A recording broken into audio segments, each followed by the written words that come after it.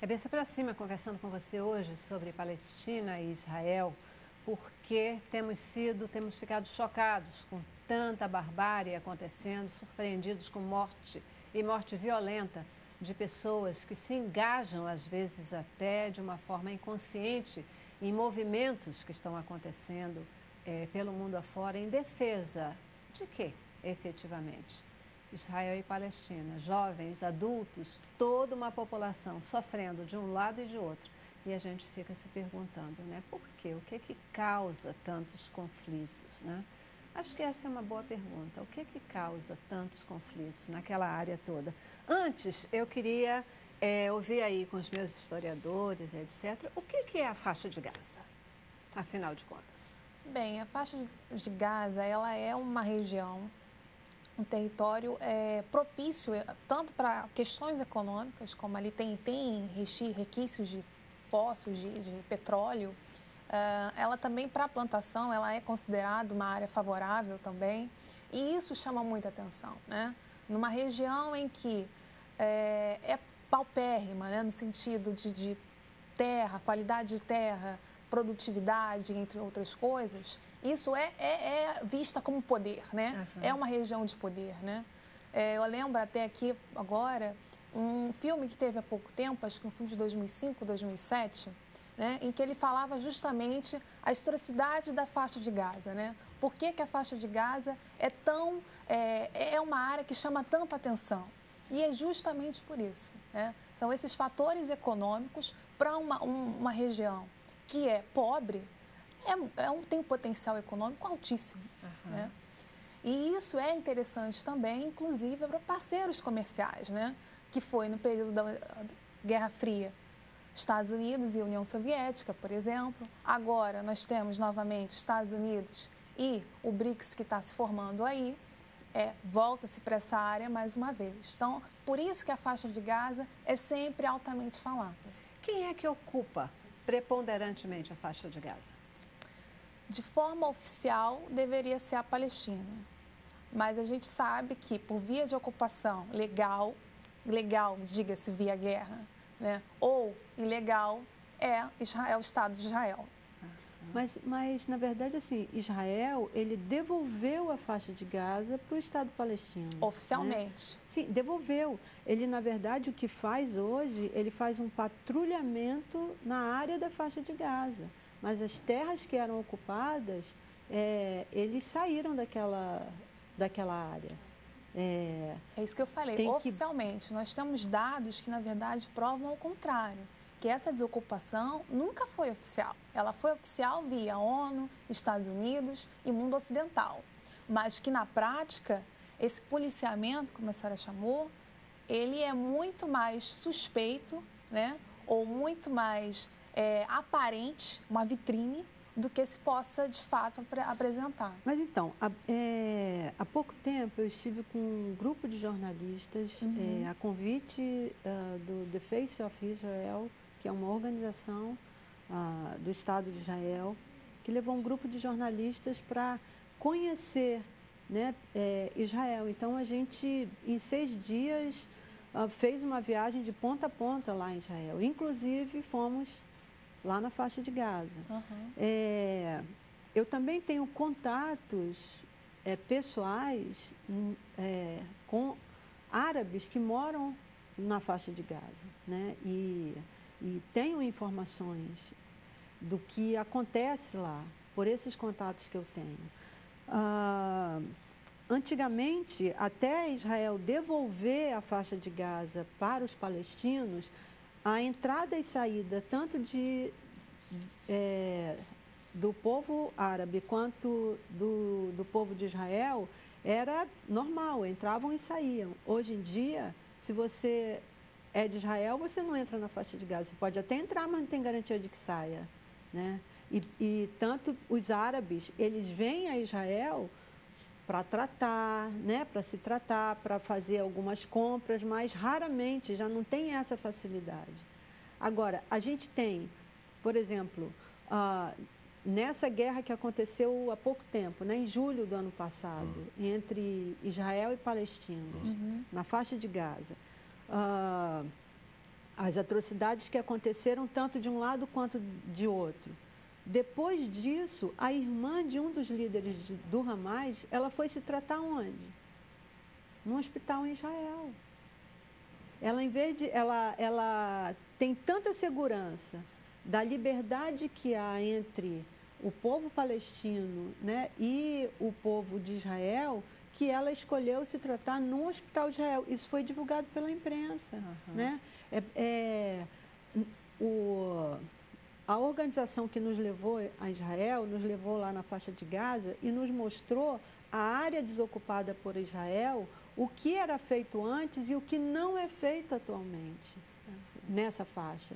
Né? Mas aí eu acho que, desculpa ter intrometido, fazendo um paralelo, que até no início ela falou com relação à Segunda Guerra Mundial. Sim, né? Eu acho que o paralelo aqui é muito válido. A mesma coisa, quando foi dividida Berlim entre a parte oriental, né, que era da União Soviética, e a parte ocidental, que convinha a todo Estados Unidos, Inglaterra e por aí vai, exatamente a mesma coisa. A ideia era mostrar aos socialistas, vejam como o Ocidente é melhor. Nós temos qualidade de vida, nós temos emprego, nós temos saúde, né? As pessoas são felizes, o lado socialista não. Isso é uma construção, uma memória, né? Que se faz para dizer o quê? Que o Estado Islâmico não deve existir porque não há liberdade, não há garantia de saúde, alimentação, educação.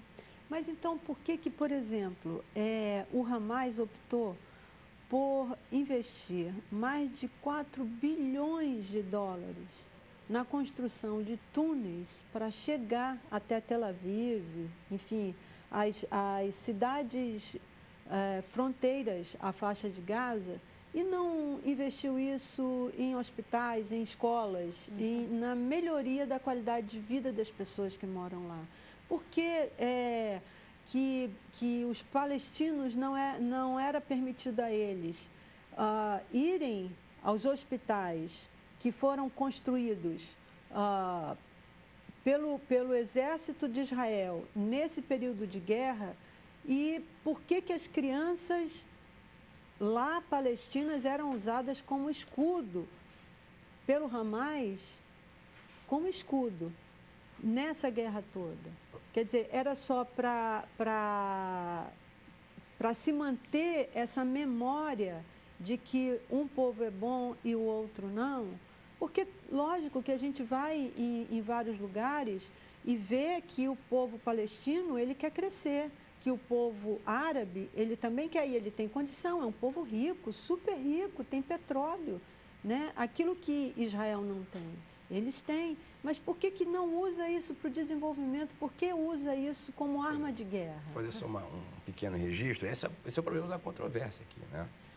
O Hamas, como eu disse antes, ele tem essa origem totalmente de grande preocupação com reformas sociais, né? A gente tem que ver que existe uma coisa além da discussão maniqueísta, quem é o bom, quem é o mal. Existe uma assimetria de poder muito grande entre Israel e Palestina. E nesses confrontos entre os dois lados, é lógico que o mais forte, o mais poderoso, que é o Estado de Israel, em vários momentos, com os ataques, destruiu muita da infraestrutura encontrada em Gaza, e encontrada também na Cisjordânia.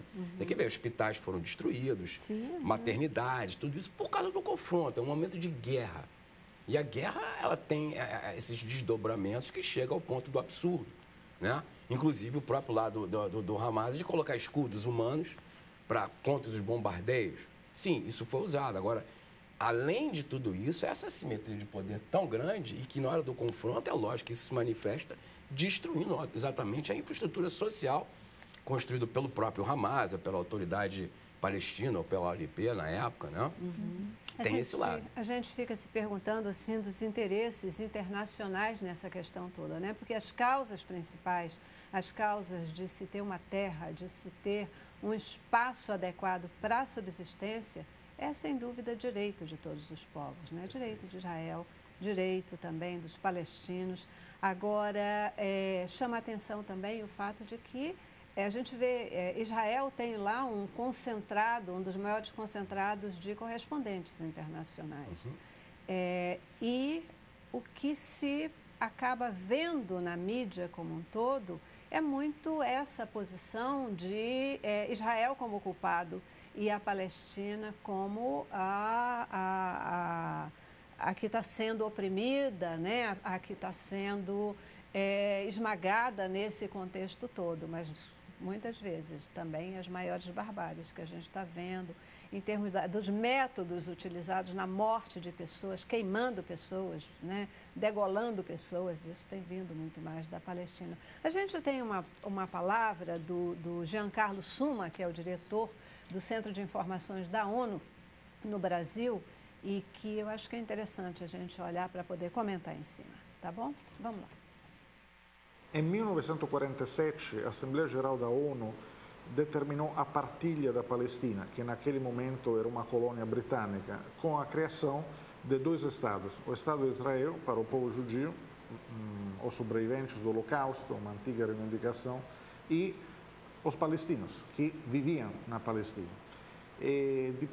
A partilha deu na situação atual, no qual um Estado foi criado, efetivamente, o Estado de Israel, que existe até hoje, cada vez mais forte, cada vez mais vibrante, enfim, com uma pujança econômica, pesquisas científicas, uma democracia vibrante, mas o Estado palestino nunca foi criado.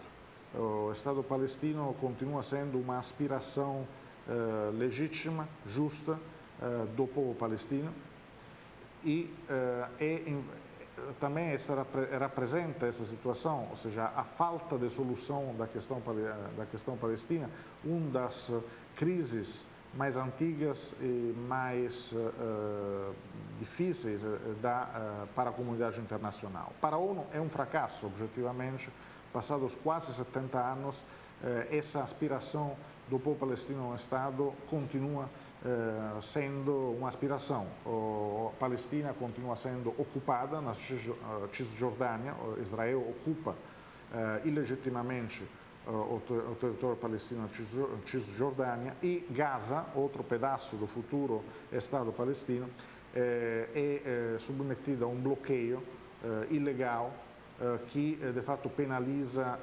duramente toda a população. A ONU defende, junto com a comunidade internacional, a solução de 2 estados. Termos 2 estados lado a lado, vivendo em paz e segurança, Israel e o futuro Estado palestino. Isso tem que ser alcançado através de um diálogo, através de acordos políticos. Se tentaram várias coisas, até agora esse acordo está longe de acontecer, e o resultado é que o povo palestino continua sofrendo, continua vivendo em condições desumanas.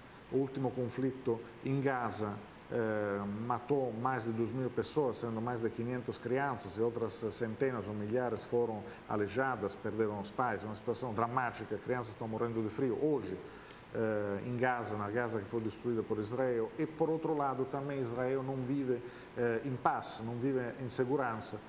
Continua havendo ataques com foguetes, alguns atentados terroristas. Então, a única solução para ambos os povos é um acordo no qual Israel respeite as determinações da comunidade internacional, se retire dos territórios ocupados ilegitimamente, levante o bloqueio de Gaza, e os palestinos, por seu lado, garantam a segurança e a paz com Israel, para que a população de Israel possa viver em paz e segurança, sem medo de atentados ou outras questões. Mas é necessário que, enfim, um entendimento político aconteça. A ONU está trabalhando nisso, mas de fato é uma situação objetivamente difícil, na qual hoje quem são as vítimas dessa situação é a população civil palestina, que vive em uma situação dramática e de fato em constante pior. Isso aí, né? Um depoimento interessante, mas que ficam algumas perguntas que eu quero compartilhar com vocês. Eu vou para o intervalo e volto, porque ali foi dito que os palestinos estão sofrendo. Minha provocação é: só os palestinos? Os israelenses não? Né? o sofrimento é unilateral. Israel, ele está ocupando ilegalmente o território?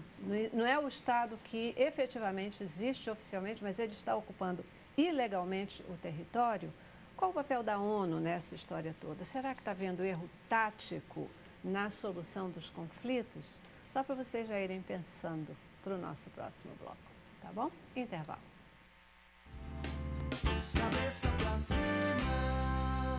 Eu quero mais.